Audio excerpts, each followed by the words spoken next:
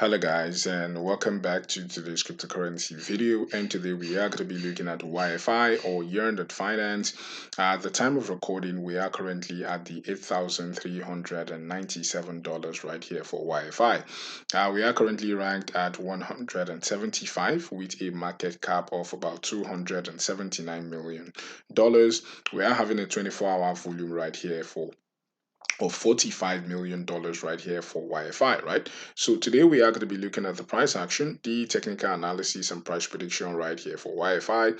So sit back, relax, and enjoy the video. So for YFI, we are up on the day in the last 24 hours, just a 0.3% push to the upside. And without further ado, let us push to the chart. So we're on the chart right here for YFI. YFI versus the USD dollars. We're on the 4 hourly time frame, and Binance is the data source, right? So for YFI, we said so far prices continue to remain above the bull market EMA. We were saying the price of YFI is still bullish, and we are still expecting for the more upside right here for YFI. As you can see, we saw prices push above the bull market EMA. This black line still remains our bull market EMA right there at around the 22nd of October. We saw the confirmation, and since then we have seen this push to the upside right here for YFI, right? Basically, we have seen that massive push to the upside, and we saw that dump by the whales, and since then we have just been consolidating right there above the bull market EMA, right?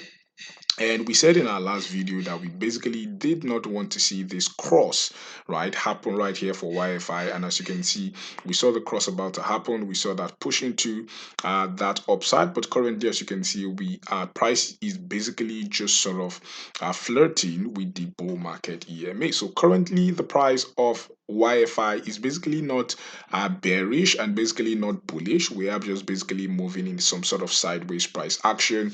As you can see, right, we have not confirmed that push to the downside, and we have not seen prices push above the bull market EMA. So we are just sort of flirting with the bull market EMA.